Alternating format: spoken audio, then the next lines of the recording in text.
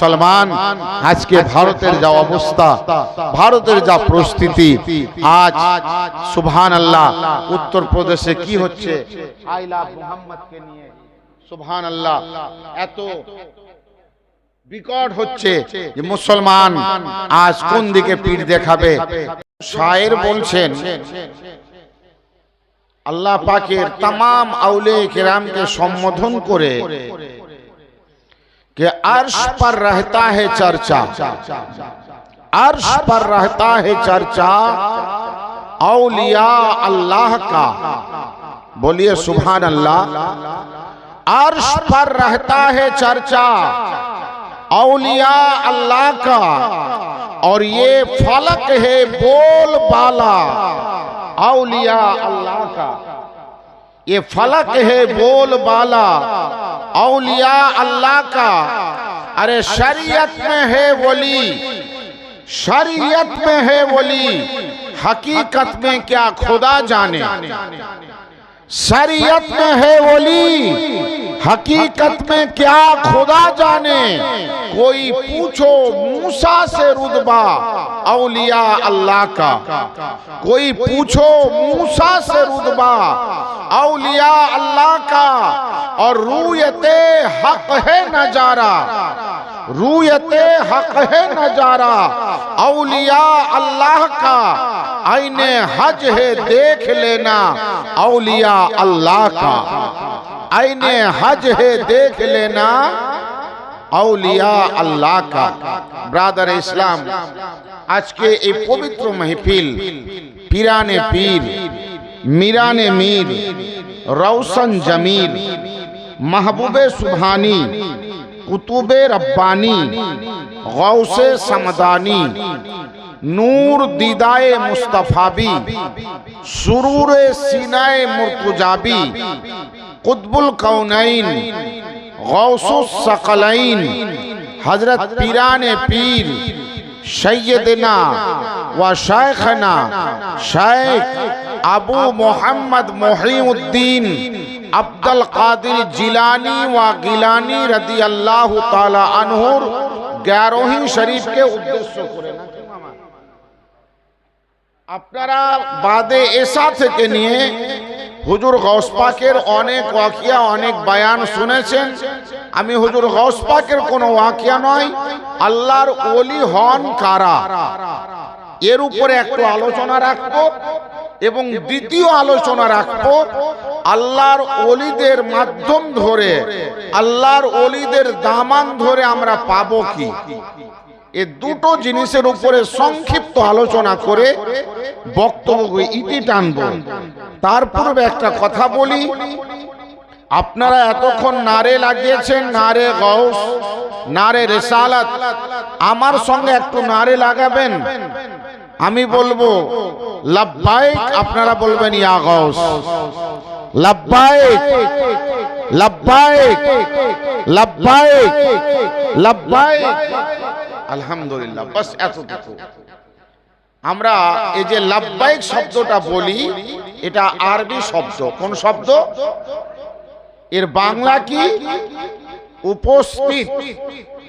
আপনারা স্কুলে যখন পড়াশোনা করতেন, শিক্ষক মশাই প্রথম পিরিয়ডে যখন আসতেন তো আমাদের নাম ধরে ডাকতেন, কিংবা একদিন নাম ধরে ডেকেছেন, পরের দিন রোল নাম্বার গুলো বলে দিয়েছেন 1 2 3 4। আমরা জানতাম কার নাম 1-এ আছে, কার নাম 2-এ আছে। আমরা কি বলতাম? উপস্থিত স্যার বা প্রেজেন্ট স্যার। তো আজকে আমরা সবাই বলছি আমরা উপস্থিত গৌসে আজম, আমরা উপস্থিত গৌসে আজম। আচ্ছা ভাই, হুজুর গৌসে আজম এখানে উপস্থিত আছেন কি না একটু আলোচনা করে ওলি কাকে বলে আমি সেই দিকে চলে যাব। মিশর শহরে একজন হুজুর গৌস পাকের আশিক ছিলেন। তার বাড়ি ছিল মিশর শহর। তার নাম ছিল হযরতে ইউসুফ মিসরি। ইউসুফ মিসরি, মিশরে বাড়ি, যার জন্য তাকে মিসরি বলা হতো। তিনি করতেন কি, প্রত্যেক চাঁদের 11 তারিখে হুজুর গৌস পাকের নামে নিজের বাড়িতে লঙ্গর করতেন। প্রত্যেক চাঁদের 11 তারিখে হুজুর গৌস পাকের নামে নিজের বাড়িতে লঙ্গর করতেন। ওনার যখন বয়স হয়ে গেছে তো নিজের বিবিকে ডেকেছে, নিজের ছেলেকে ডেকেছে। ছেলে বিবি বাচ্চাদেরকে ডেকে বলে, বিবি আমার বয়স হয়েছে, ছেলে আমার বয়স হয়েছে, জানি না আল্লাহ কখন ডেকে নেবে, কখন মারা যাব। তোমাদেরকে আমি এই জন্য ডেকেছি যে আমি ইন্তেকাল করার পরেও যেন আমার বাড়িতে গৌস পাকের লঙ্গর বন্ধ না হয়।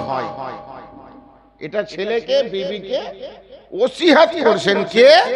হযরত ইউসুফ মিসরি বাপ নিজের ছেলেকে ওসিয়াত করছেন, স্বামী নিজের ছেলে স্ত্রীকে ওসিয়াত করছেন।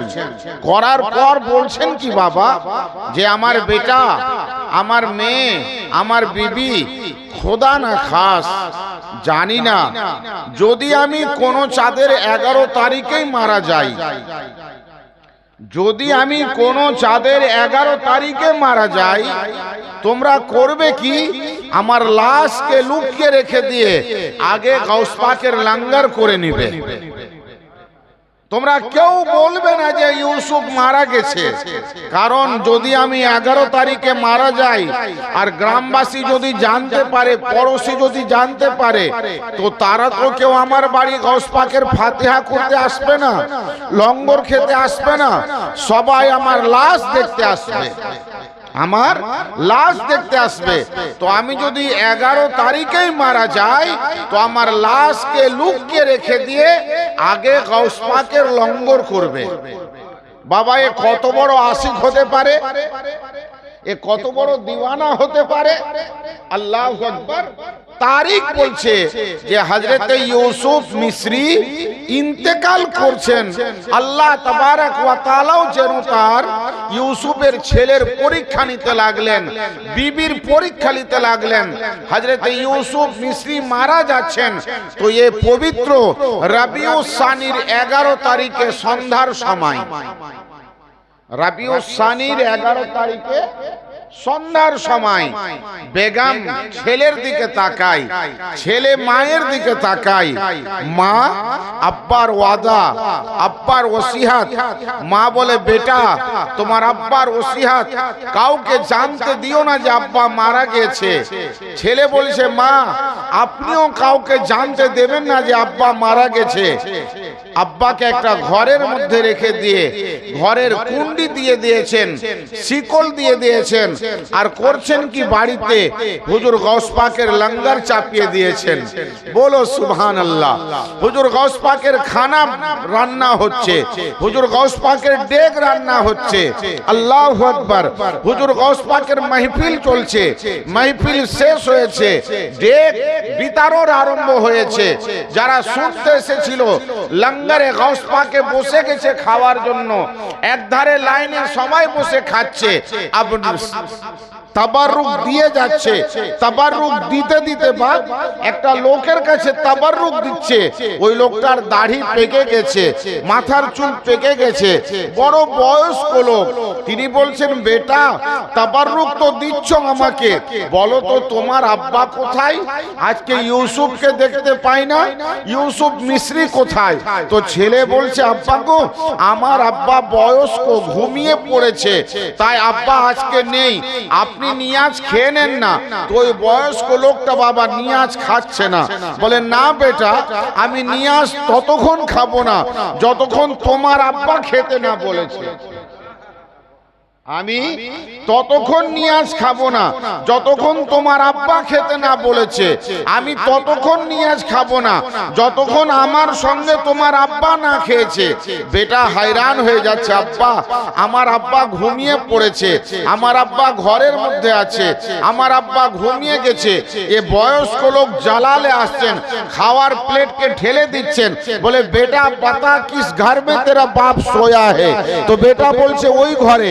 बोले जिस घर में सोया है उस घर का कुंडी दिया हुआ, सीकल दुआ हुआ।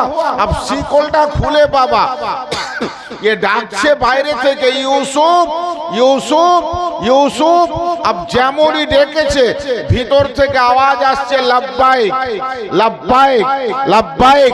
बोले बेटा यूसुफ बाहर आ, आज तुझे साथ लेकर खाना खाऊंगा। तो यूसुफ के जे चादर দিয়ে ঢাকা ছিল ওই চাদর গায়ে দিয়ে বেরিয়ে আসছে। আল্লাহু আকবার। ইউসুফের ছেলে ওই বয়স্ক লোকের পা ধরে পড়ে গেছে, বাবা আপনি কে? এত লোক লঙ্গর খেয়েছে, কেউ আমার আব্বাকে খোঁজ করেনি। এত লোক তাবাররুক খেয়েছে, ফাতিহাতে ছিল, কেউ আমার আব্বাকে খোঁজ করেনি। আপনি আমার আব্বাকে খোঁজ করলেন না, শুধু নয় আমি খোদার কসম খেয়ে বলছি আমার আব্বা ঘুমিয়েছিলেন না, আমার আব্বা সন্ধ্যার সময় ইন্তেকাল করেছিলেন, আমার আব্বা মারা গিয়েছিলেন। কে আপনি? আমার আব্বার নাম ধরে ডাকলেন আর আমার আব্বা জীবিত হয়ে গেল। তখন ওই বয়স্ক লোক বলছে বেটা महफिल किसका? बोले गौस पाकेर। बोले नियाज किसका? बोले गौस पाकेर। बोले तस्करा किसका? बोले गौस पाकेर। बोले रोशनी किस लिए? बोले गौस पाक के लिए। वो तखन हजरत सुभान अल्लाह ওই বয়স্ক বলছে बेटा ये कैसे गवारा हो जाए कि जहां गौस पाक का जिक्र हो और गौस पाक हाजिर ना हो, जहां गौस पाक का लंगर हो वहां गौस पाक हाजिर ना हो। बेटा सुन, मैं कोई और नहीं, मैं खुद गौस आजम हूँ। आज तेरा मरा हुआ बाप को जिंदा करके खाना खिलाया हूँ। और सुन, मिस्र के धरती से ऐलान करता हूँ दुनिया के किसी कोने पर गौसे पाक का नाम लेवा होगा, जहाँ जहाँ गौसे पाक का मिलाद मनाएगा वहाँ गौसे पाक हाजिर रहेगा।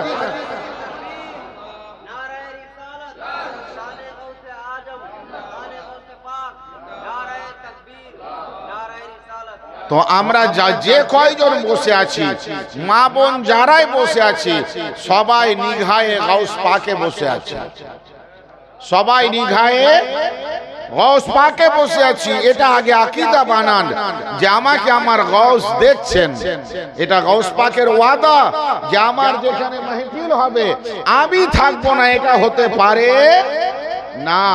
আমার মাহফিল যেখানে হবে সেখানে আমার হাজিরি হবে। ভাই আমার, আমি পবিত্র কোরআনে পাক থেকে যে আয়াত পড়েছি তার দিকে যাব।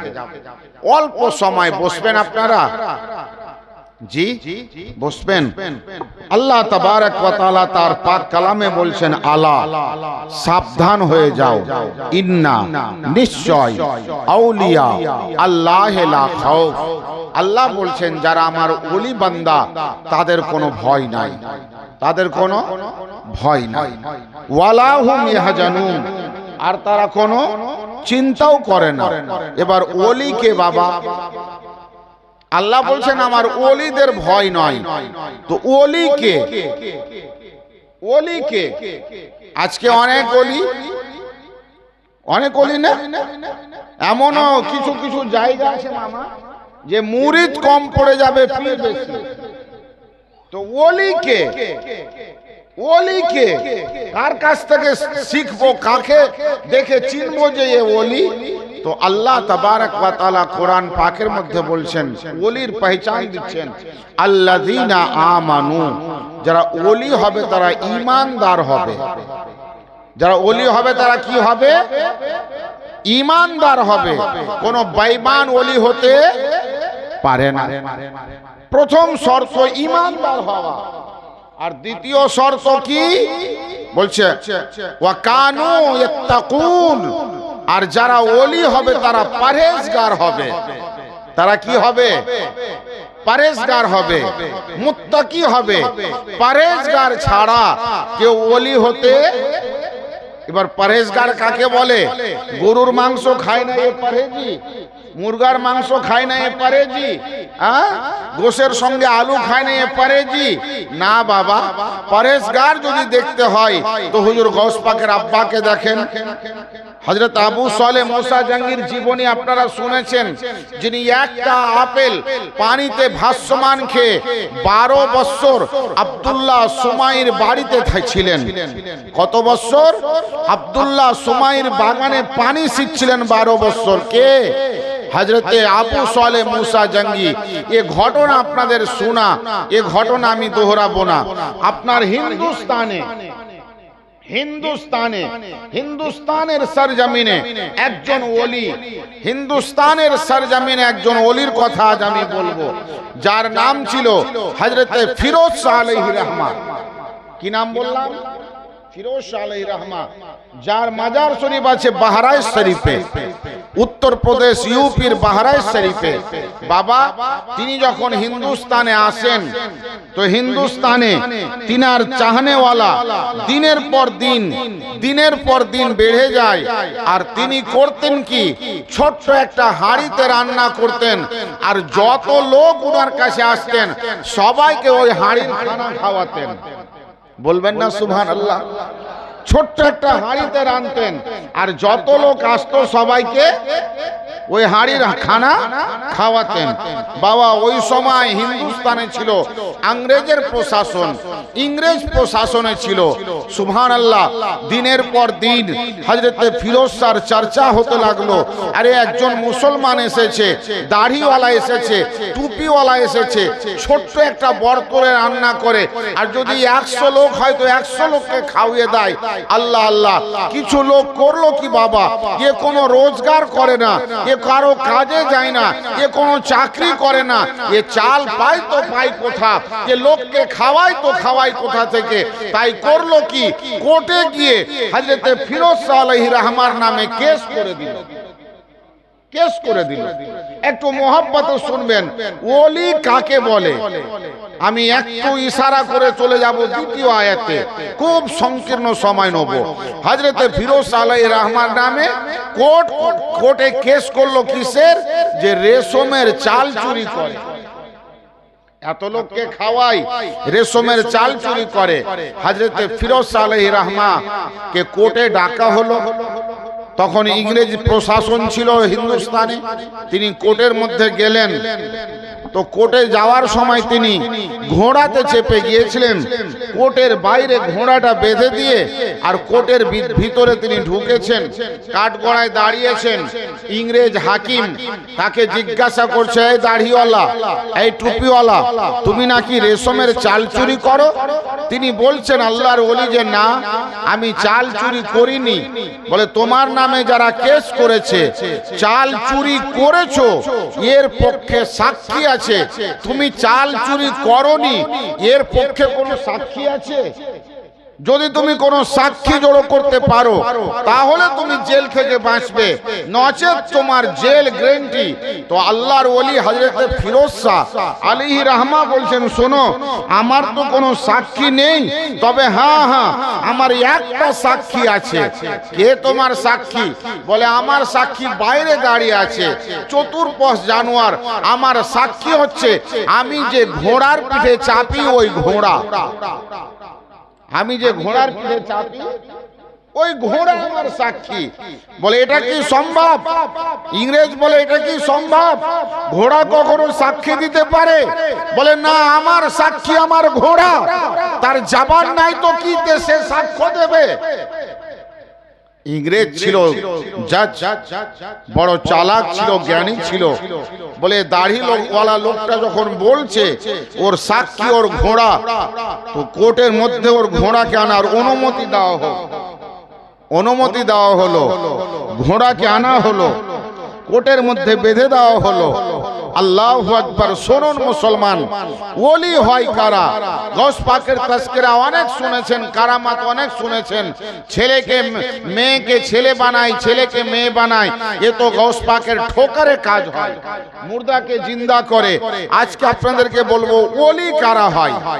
হযরতে ফিরোজ শাহ আলাইহির রহমা ঘোড়া কিনে বাঁধলেন, ঘোড়া বাঁধা আছে।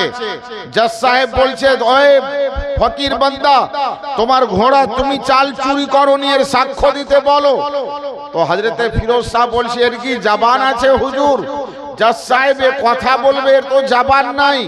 বলে তাহলে কি করে সাক্ষ্য দেবে? বলে জাজ সাহেব, কোর্টের বাইরে অনেক জমি, কোন জমির ফসল কেটে আনা হোক। আল্লাহু আকবার। কোর্টের বাইরে একটা গম জমি ছিল, ওই গম জমি থেকে গম গাছ কেটে আনা হয়েছে, এনে ঘোড়ার সামনে ফেলে দেওয়া হয়েছে। তারিখ, ভারতের তারিখ বলছে একটাও ঘোড়া ওই ঘাসে মুখ দিচ্ছে না, একটাও গম গাছে মুখ দিচ্ছে না। তখন উকিল আল্লাহু আকবার বলে উঠলো, জাজ সাহেব, এ মুসলমান ঘোড়াকে খাওয়িয়ে এনেছে, ঘোড়ার পেট ভরে আছে, তাই ঘোড়া কিছু খায় না।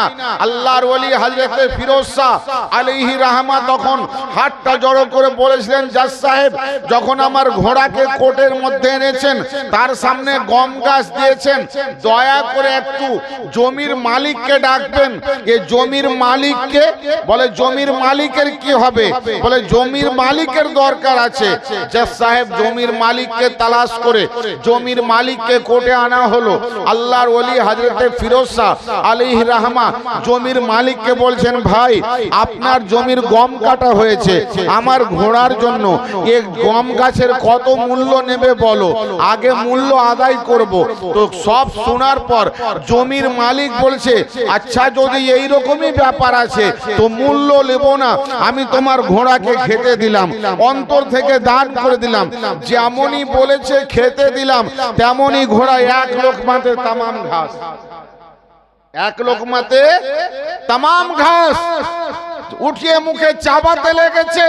আল্লাহর ওলি হযরত ফিরোজ শাহ আলাইহি রাহমা সঙ্গে সঙ্গে টেবিলে বাড়ি মেরে বলছেন, জাজ সাহেব, আমি যে চাল চুরি করিনি এর সাক্ষ্য পেয়ে গেছেন। বলে কি করে সাক্ষ্য? বলে জাজ সাহেব, আপনি ইংরেজ জ্ঞানী লোক, বুঝতে পারেননি, আমি যে ঘোড়ার পিঠে চাপি, আমি যে ঘোড়ার পিঠে চাপি, ওই ঘোড়া যদি জমির মালিকের অনুমতি না নিয়ে জমির ফসল না খায় তো পিঠে बैठने वाला আল্লাহর ওলি হযরত ফিরোজ শাহ কখন চাল চুরি করে খাবে? তার ঘোড়া যদি চুরির মাল না খায় তো ঘোড়ার পিঠে बैठने वाला কখন খাবে? জাজ সাহেব সঙ্গে সঙ্গে টেবিলে দাঁড়িয়ে বলছে, এ ফিরোজ শাহ, তুমিও সত্য, তোমার ধর্মও সত্য, তোমার নবীও সত্য, আমি বলছি লা ইলাহা ইল্লাল্লাহ মুহাম্মাদুর রাসূলুল্লাহ। ওলি वो होता है जो हलाल खाता है, वली वो होता है जो मुत्तकी होता है, वली वो होता है जो परहेजगार होता है। वली बाजार में बहुत मिलता है यारो, जो मुत्तकी है, जो परहेजगार है, वो वली है, वो वली है। वली हराम नहीं खाते हैं, और जो हराम खाते हैं वो वली नहीं होते। তো আপনারা বুঝতে পারলেন, ওলি যারা হবে তাদের জবানে মিথ্যা আসবে না, ওলি যারা হবে তাদের জবানে হারাম লোকমা যাবে না।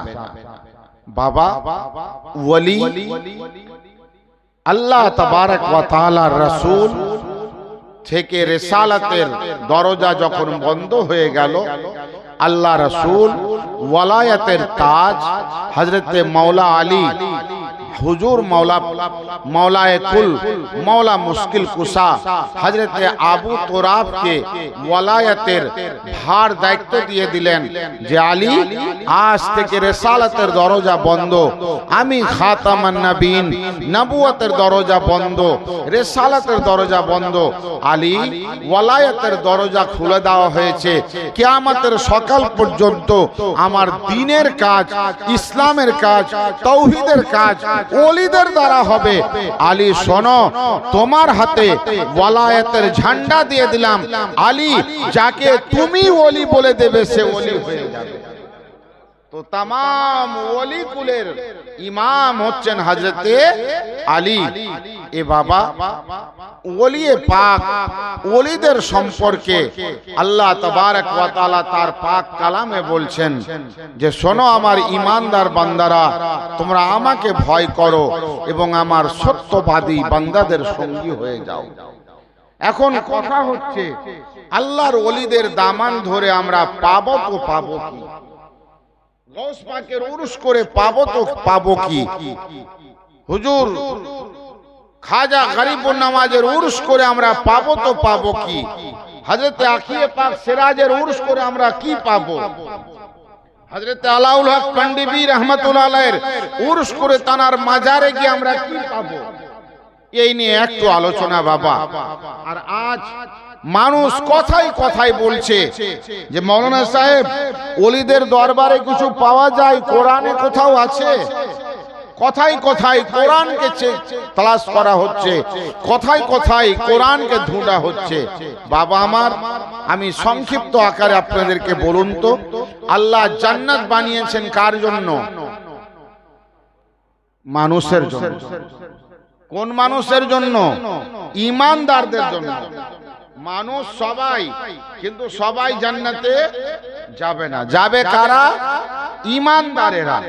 শুধু ঈমানদারেরাই নয়, ঈমান আনার পরেও জান্নাতে যাওয়ার জন্য কি করতে হবে?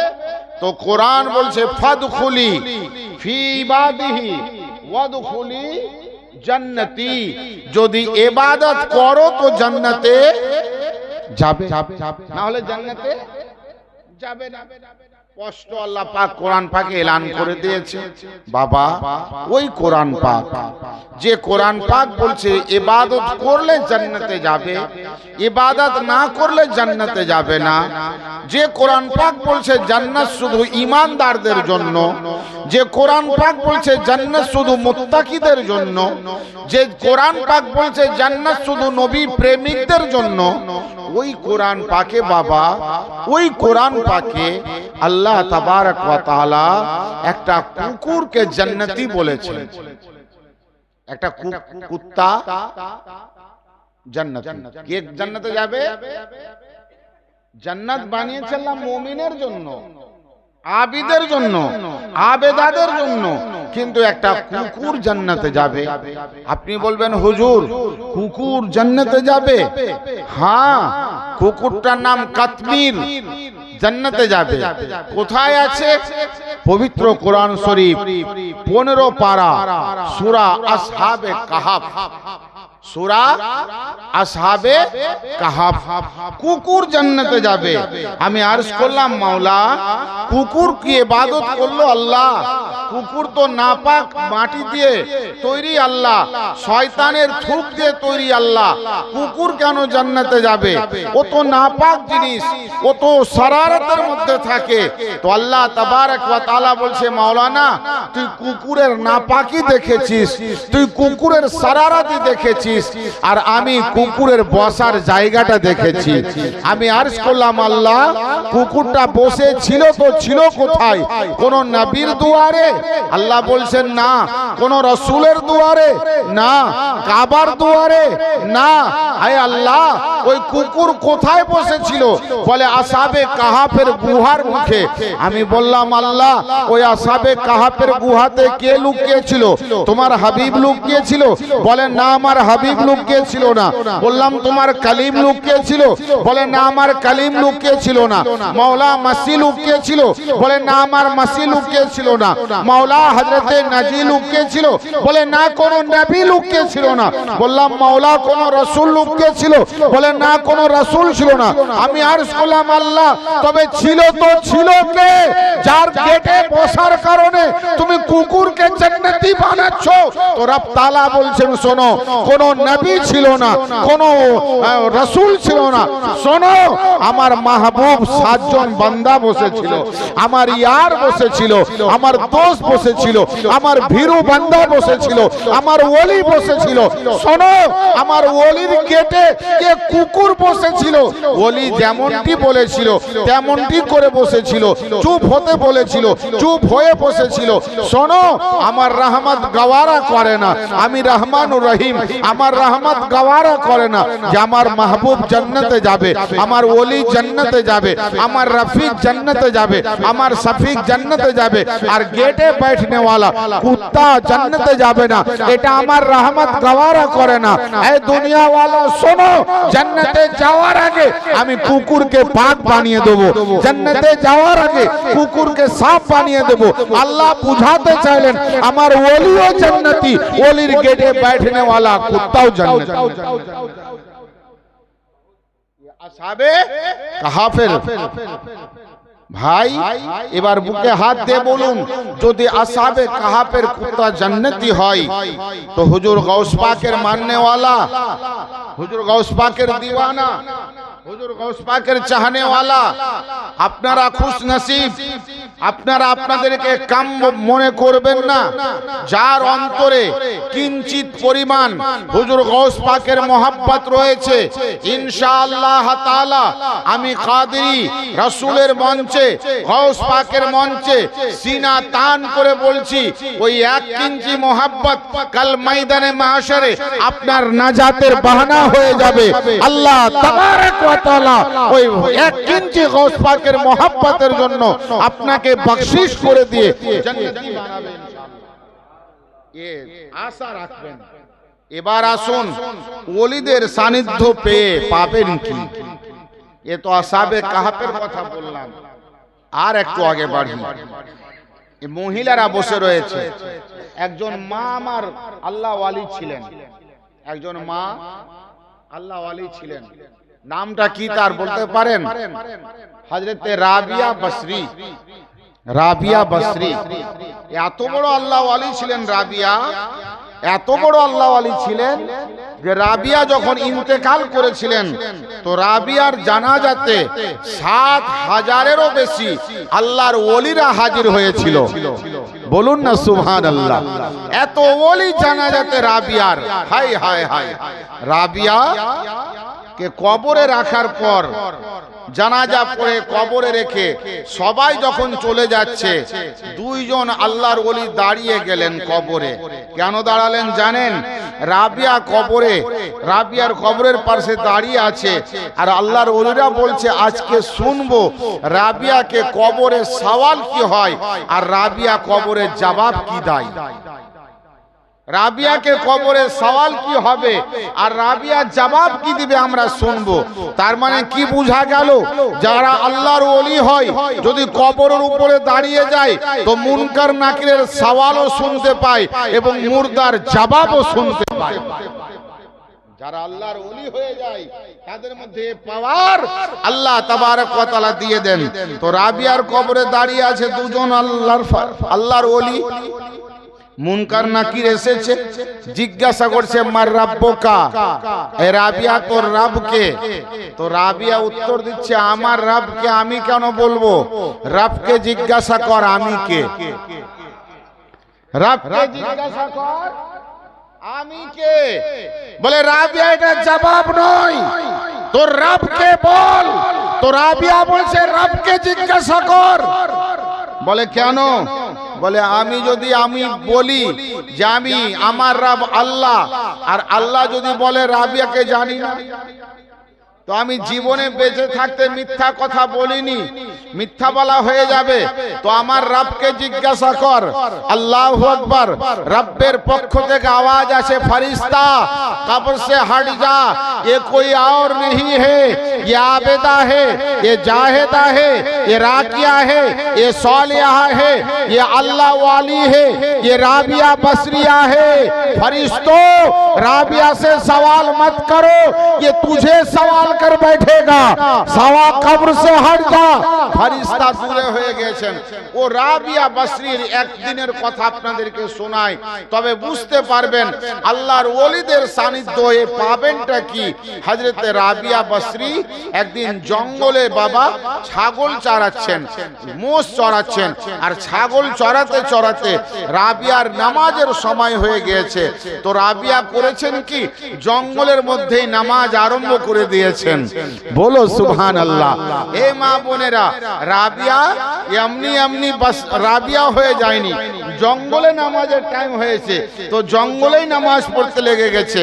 আল্লাহ, আজ আমাদের মা বোনরা তো ঘরে নামাজ পড়ে না, সিরিয়ালের টাইম হলে সিরিয়ালের টাইমটা মনে রাখে, মিক্স হবে না, কিন্তু নামাজের টাইম মিক্স হয়ে যায়। সেদিকে আমি যাব না। রাবিয়া বসরি নামাজ পড়ছে, আর রাবিয়াকে নামাজ পড়তে দেখে বাবা এক ভুখা বাঘ, দেখ তো দেখ রাবিয়াকে নামাজ পড়তে, রাবিয়াকে নামাজ পড়তে দেখে ছুটে এসেছে ভুখা বাঘ। কিন্তু রাবিয়াকে যখন দেখছে নামাজে, বাঘ রাবিয়ার পিছনে বসে রাবিয়ার নামাজ পড়া দেখছে, রাবিয়ার নামাজ পড়া দেখছে।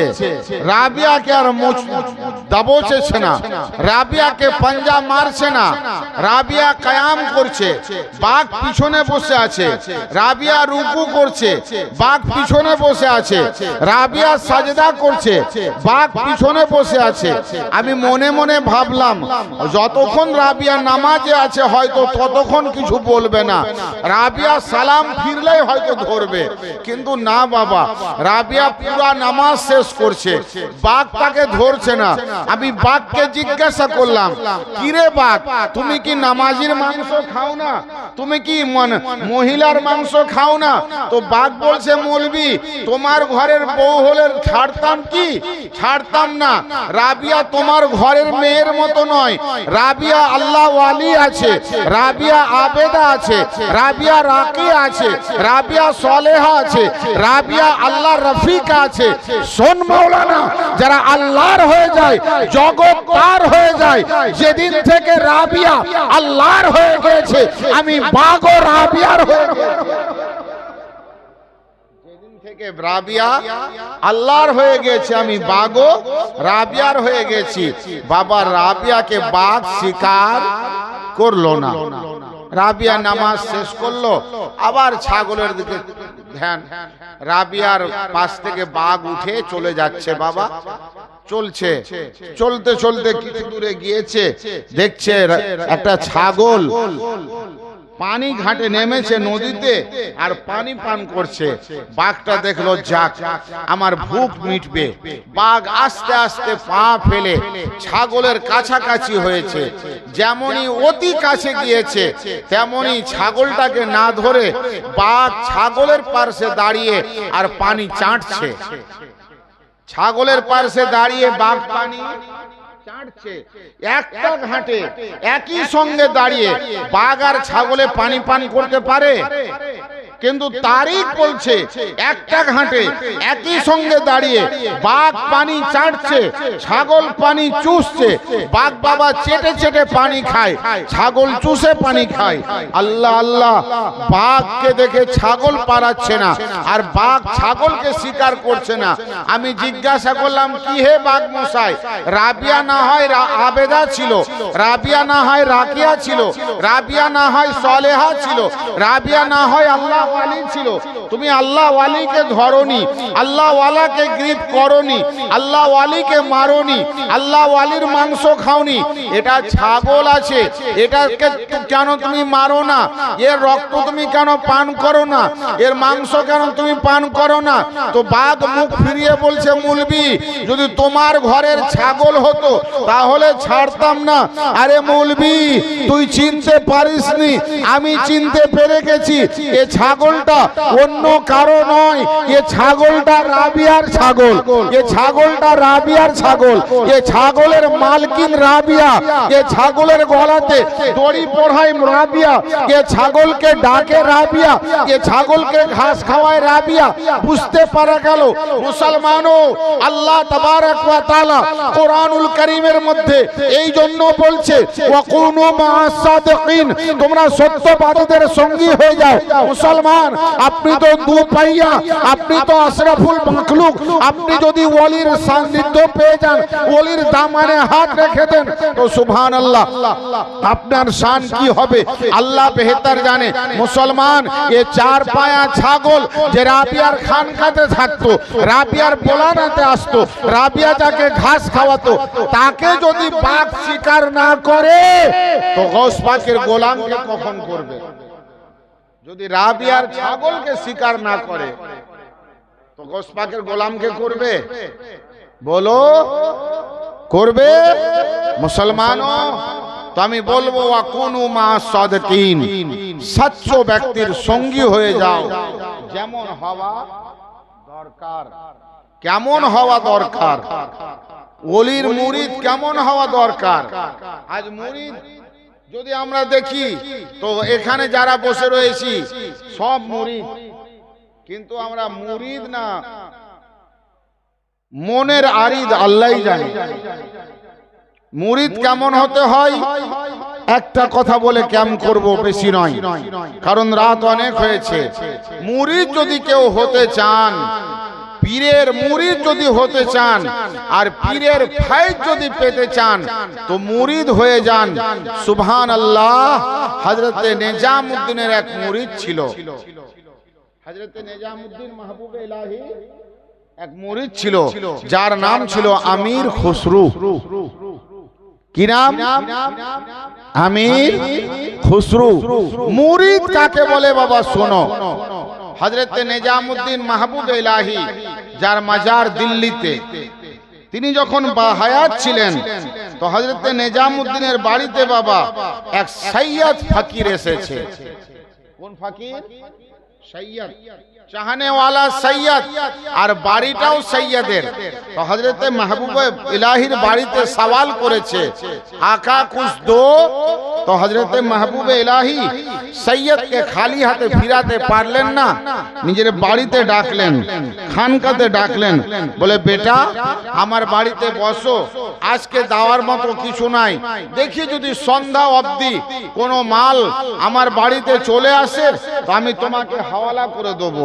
হযরতে মাহবুবে ইলাহি নিজামউদ্দিন ওই সৈয়দকে বসালেন বাবা। গোটা দিন চলে গেল, সৈয়দের কোনো মুরিদ সেদিন তার বাড়িতে কিছু আনেনি। আবার রাত চলে গেল, কোনো মুরিদ কিছু আনেনি। একদিন চলে গেল, কিছু আসলো না। দুদিন চলে গেল, কিছু আসলো না। 3 দিন চলে যাচ্ছে, কোনো মুরিদ কোনো নজর নিয়াজ নিয়ে আসছে না। তো হযরতে মাহবুবে ইলাহি করলেন কি, হযরতে নিজামউদ্দিনের পায়ে বাবা ছিঁড়া চটি ছিল, ছিঁড়া চটি ছিল, চটি দুটো ভালো ছিল না। ওই ছিঁড়া চটি দুটো খুলে আর ফকিরকে দিয়ে দিচ্ছে, নাও বাবা তুমি 3 দিন আমার বাড়িতে সাহায্য চাওয়ার জন্য আমি তোমাকে বসালাম, আমার কোনো মুরিদ মোতেকাদ কিছু আনলো না, তো নাও আমার পায়ের ছিঁড়া চটি দুটাই নিয়ে নাও। 3 দিন বসে থাকলো, উপহার কি পেল? ছিঁড়া। ভিক্ষা স্বরূপ কি পেল?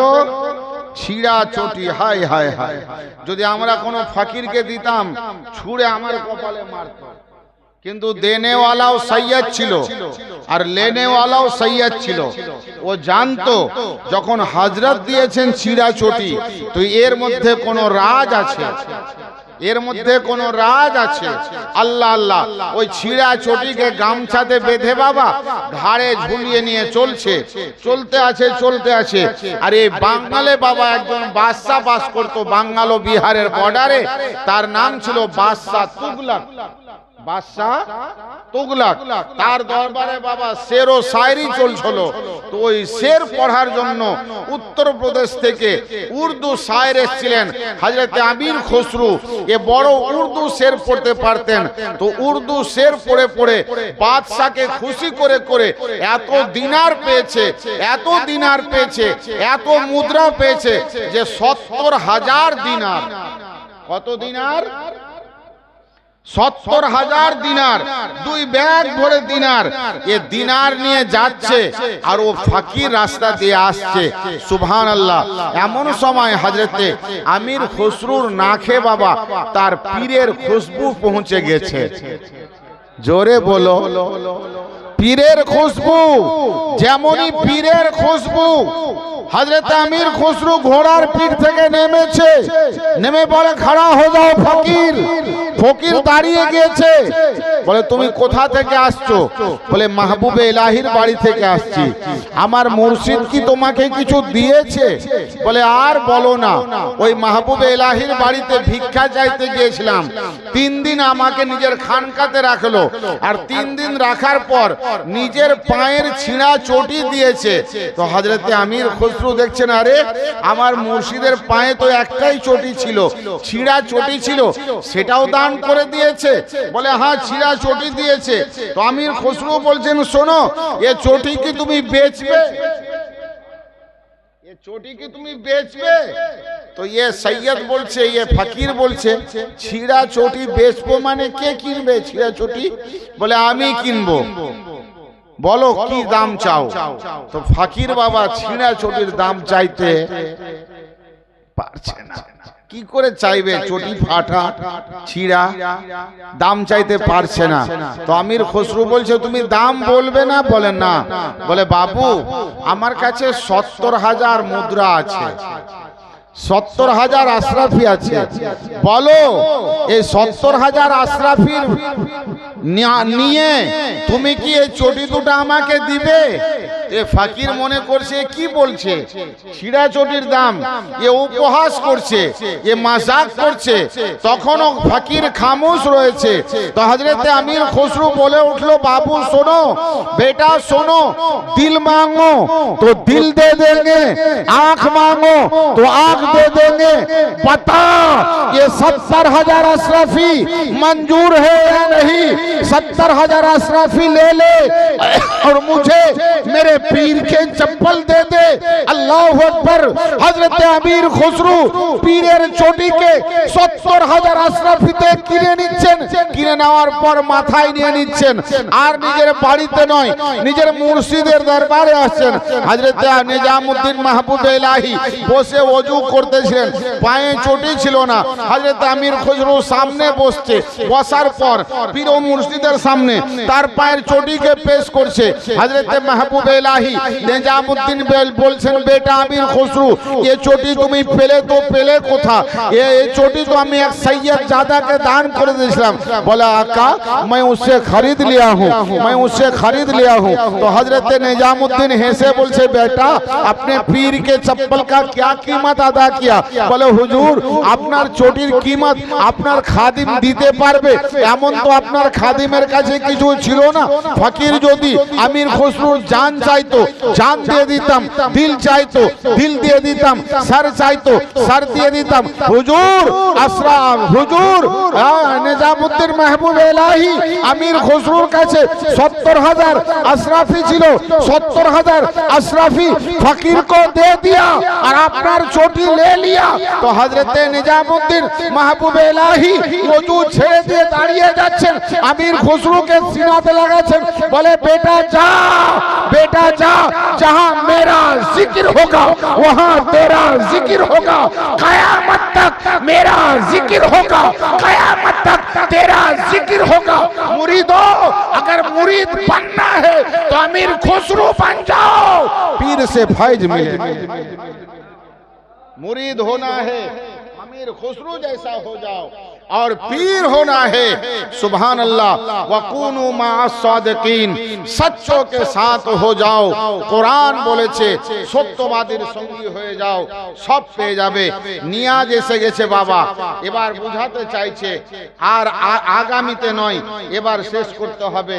তো আমরা বাবা হিন্দুস্তানে বাস করি। হিন্দের রাজা কে হযরত খাজা। খাজার গৌস পাকের উপরে আলোচনা হয়েছে। খাজার উপরে একটা কলম যদি না হয় হিন্দুস্তানের মাটির হক আদা হবে না।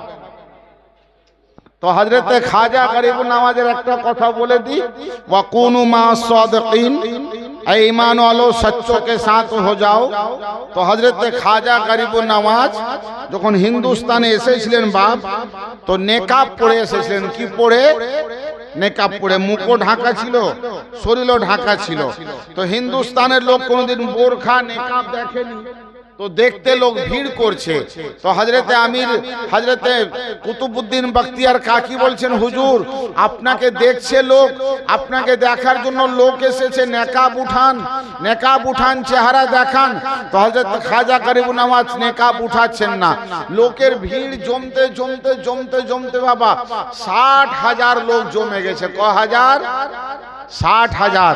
হযরত গরিব নওয়াজ নেকাবটা উঠিয়ে দিচ্ছেন, আর যে যে গরিব নওয়াজের চেহারা দেখছে সব বলছে লা ইলাহা ইল্লাল্লাহ মুহাম্মাদুর রাসূলুল্লাহ, লা ইলাহা ইল্লাল্লাহ মুহাম্মাদুর রাসূলুল্লাহ। ना कुछ बोला ना कुछ बुलाया, चेहरा दिखाया और कलमा पढ़ाया। ना कुछ बोला ना कुछ बुलाया, चेहरा दिखाया, कलमा पढ़ाया तो रात्रि बेलाई सुभान अल्लाह मोरक्कबाय बसे निजेर माँ के देखছেন के हजरत खाजा। तो माँ बोलছে बेटा हिंदुस्तान में क्या बात है? बोले अम्मी जान हिंदुस्तान में आया हूँ, ना कुछ बोला हूँ ना कुछ बुलाया हूँ, चेहरा दिखाया हूँ और 60,000 को कलमा पढ़ाया हूँ। तो माँ बोलছে बेटा ये तेरा कमाल नहीं है मेरा कमाल।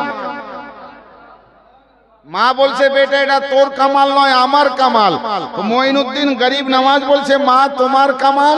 বলে বেটা মঈনুদ্দিন যেদিন তুমি জন্ম নিয়েছিলে সেদিন থেকে যতদিন তুমি আমার বুকের দুধ পান করেছিলে বেটা আমি কোনোদিন তোমাকে বিনা ওযুতে দুধ পান করাতাম না। আগে ওযু করতাম, তুমি দোলনাতে কাঁদতে দুধের জন্য, যদি আমার ওযু না থাকতো আগে ওযু করতাম, ওযু করে আসতাম, নিজে নেকাব পরতাম, নিজেকে পর্দায় দিতাম, ঘরের মধ্যে যেতাম, ঘরের দরজা দিতাম, জানলা দিতাম, তারপর তোমাকে দুধ পান করাতাম। আর তুমি আমার দুধ পান করতে আর আমি আল্লাহর রাসূলের প্রতি দরুদ পড়তাম আর রবকে বলতাম মাওলা আমাকে যে बेटा तुम दिएছো मौला चेहरा ऐसा दे, चेहरा ऐसा दे, चेहरा ऐसा दे मौला देखे मोइनुद्दीन को माने तुम्हें, देखे मोइनुद्दीन को माने तुम्हें। बेटा এটা তোমার মায়ের দোয়া। তো গরিব নওয়াজ বাবা একদিন আনা সাগরের পাশ দিয়ে হেঁটে যাচ্ছে আর 60 জন অগ্নি পূজারী তারা আগুনকে জ্বলিয়ে দিয়ে আগুনকে জ্বলিয়ে দিয়ে আর আগুনের পূজা করছে। হযরত খাজা ওই পথ দিয়ে যাচ্ছিলেন, জিজ্ঞাসা করে ফেলেছেন বেটা क्या करते हो, কি করছো?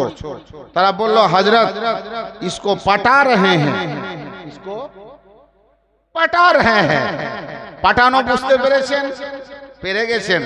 যদি বয়স্করা বুঝতে পেরেছে তো আশা করি জওয়ানরা তো আগেই বুঝে গেছে। इसको पटा रहे हैं, मना रहे हैं। तो बोले कब से पटा रहे हो, कब से मना रहे हो? बोले बाप दादू सबसे, बाप दादू सबसे। तो बोले पटा है, पोटे छे? बोले क्या पता? गरीब नवाज बोले अच्छा काज करो, हाथ दाओ तो, हाथ दाओ, আগুনে আতিশ কাদাতে হাত দাও, যদি তোমার হাত না পুড়ে ভাববো পটে গেছে, আর যদি পুড়ে যায় তো ভাববো এখনো পটেনি, এখনো পটেনি। তো তারা বলছে এ কখনো হয়, জ্বলন্ত অগ্নিতে হাত দেওয়া যায়? তো আমার মঈনুদ্দিন গরিব নওয়াজ বলছেন শোন না, मैं इसको पटाया हूँ ना इससे पूजा हूँ ना इससे भगवान कहा हूँ। हाँ मैं भी पटाता हूँ, मैं भी पूछता हूँ, मैं भी पुजारी हूँ। मैं उसका पुजारी हूँ जिसने आग को बनाया है, मैं उसका पुजारी हूँ जिसने तुझे बनाया है, जिसने मुझे बनाया है। मैं उस रब्बे काबा के पुजारी हूँ, मैं हाथ देता हूँ। गरीब नवाज बोलছে আমি হাত দিচ্ছি, আমি হাত দিচ্ছি। তো গরিব নওয়াজের পায়ে ছিল বাবা তখন কাঠের খড়ম। তো খড়ম নিজের ভাষায় বলছে, খড়মের ভাষা গরিব নওয়াজই বুঝতে পেরেছেন হয়তো, আর কে বুঝবে? খড়ম বলছে হুজুর আপনি হাত দেবেন, আগুন সব থেকে ভালোবাসে শুকনো কাঠকে। আগুন সব থেকে কাকে ভালোবাসে? শুকনো কাঠকে। হুজুর আপনি আমাকে দিয়ে দেন, আমাকে দিয়ে দেন।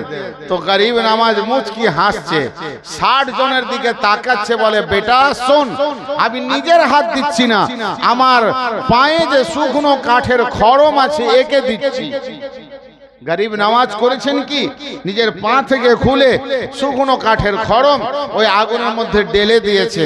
আর 60টা চোখ বাবা, 60টা লোক মানে 120টা চোখ গরিব নওয়াজের খড়মের দিকে বড় বড় করে দেখছে।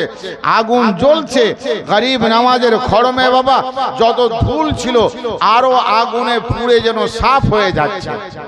খড়ম বের করছে তো একেবারে পরিষ্কার, পুরা তো দূরের কথা, কোথাও আগুনের ধোঁয়াতে কালো হয়নি। বলুন না সুবহানাল্লাহ। এ 60 জন লোক, 120টা চোখ, সবাই আশ্চর্য, বলে ফকির বাবা এ জ্বালা নেই, এ জ্বালা নেই। কোন কাঠ? কোন গাছের কাঠ? তো আল্লাহু আকবার, গরিব নওয়াজ বলছেন, বেটা তোমরা যে গাছের কাঠ জ্বালাচ্ছ না, ওই গাছেরই কাঠ। তোমরা যে গাছের কাঠ জ্বালাও, ওই গাছেরই কাঠ। বলে যদি ওই গাছেরই কাঠ হয় তো জ্বললো না কেন? তো গরিব নওয়াজ বলছে, বেটা আছে কার পায়ের তলায়, আছে কার পায়ের তলায়? কি পাওয়ার আগুনের একে জ্বালিয়ে দেবে? এ পায়ের তলায় থাকে গরিব নামাজের। আরে তো দুনিয়ার আগুন। শোন, যদি গরিব নামাজের খড়মকে জাহান্নামের আগুনে ফেলে দেওয়া হয় তো জাহান্নামের আগুনও বসে যাবে। এই মুসলমানও, আমার মনে হয় এজন্য কোরআনে পাক আল্লাহ রব্বুল আলামিন বলছেন, ওয়াকুনু মা'আস সাদিকিন, ऐ ईमान वालों तुम सच्चे के साथ हो जाओ। अगर सच्चों के साथ हो जाओ, যদি সচ্চার সাথে হয়ে যান, যদি গরিব নামাজের গোলাম না হতে পারেন, গৌস পাকের গোলাম না হতে পারেন, আমি কাদরি বলছি, শোনো, গোলাম হতে হবে না, পায়ের খড়ম হয়ে যান। গোলাম হতে হবে না, পায়ের খড়ম হয়ে যান। গোলাম হতে হবে না, পায়ের খাড়ম হয়ে যান। পায়ের খাড়ম হলে আপনাকে জ্বালাবে কে? এ মুসলমান ব্রাদার ইসলাম, লব্বাইক ইয়া গাউসে আজম, লব্বাইক ইয়া গাউসে পাক, লব্বাইক ইয়া গাউসে পাক। মুসলমান, আজকে ভারতের যা অবস্থা, ভারতের যা পরিস্থিতি, আজ সুবহানাল্লাহ উত্তরপ্রদেশে কি হচ্ছে, আই লাভ মুহাম্মদকে নিয়ে সুবহানাল্লাহ এত বিকট হচ্ছে যে মুসলমান আজ কোন দিকে পিঠ দেখাবে। তো মামা আমার, শেষ করব আমি, একজন আলিমে দ্বীনকে ধরেছে, একজন আলিমে দ্বীনকে গ্রেফতার করে তার হাতে শিকল পরিয়েছে। ও বলেছিলেন আলিমে দ্বীন যে আমাকে এমনি নিয়ে চলো, আমি এমনি যাব। তো তারা অপমান করানোর জন্য, বেইজ্জতি করানোর জন্য একজন আলিমের হাতে জঞ্জির পরিয়েছে।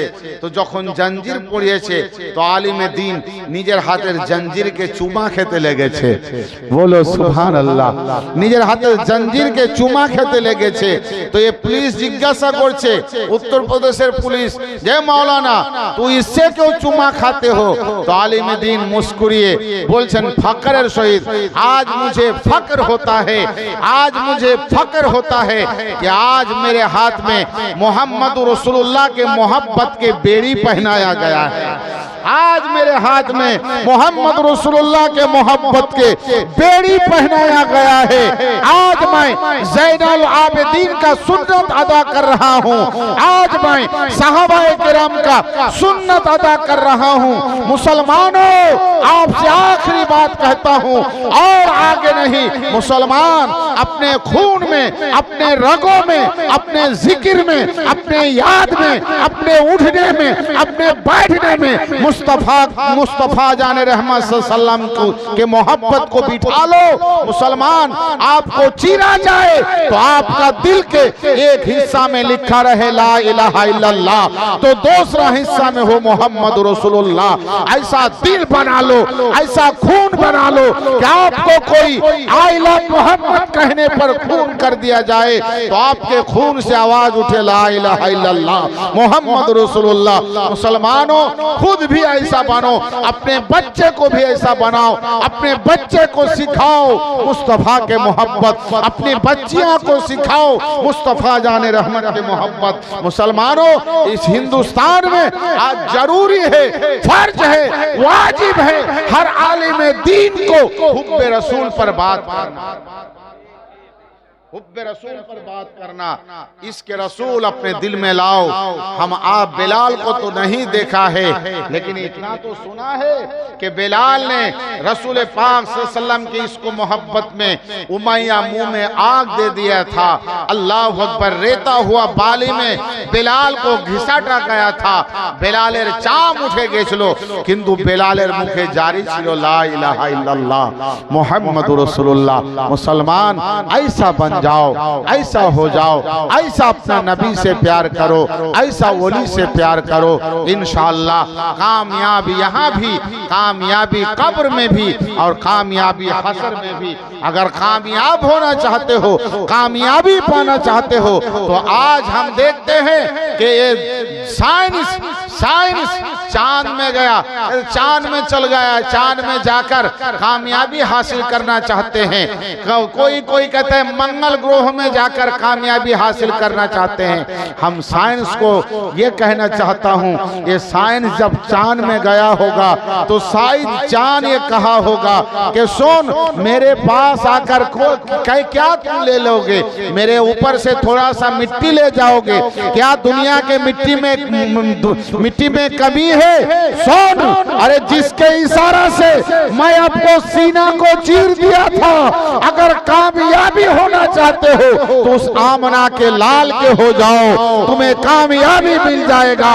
मेरे सीने से मिट्टी उठाकर दुनिया में बोझ बनाकर कोई कामयाबी पा नहीं सकते हो। कामयाबी पाने के लिए इसके मुस्तफा सजा लो, इसके गौस सजा लो, इसके ख्वाजा सजा लो। इंशाअल्लाह जिंदगी दुनिया में भी कामयाबी है, कब्र में भी कामयाब है, आखिरत में भी कामयाब है। वाखिर दवाना अल्हम्दुलिल्लाह रब्बिल आलमीन। अस्सलामु अलैकुम व रहमतुल्लाहि तआला व बरकातुहू।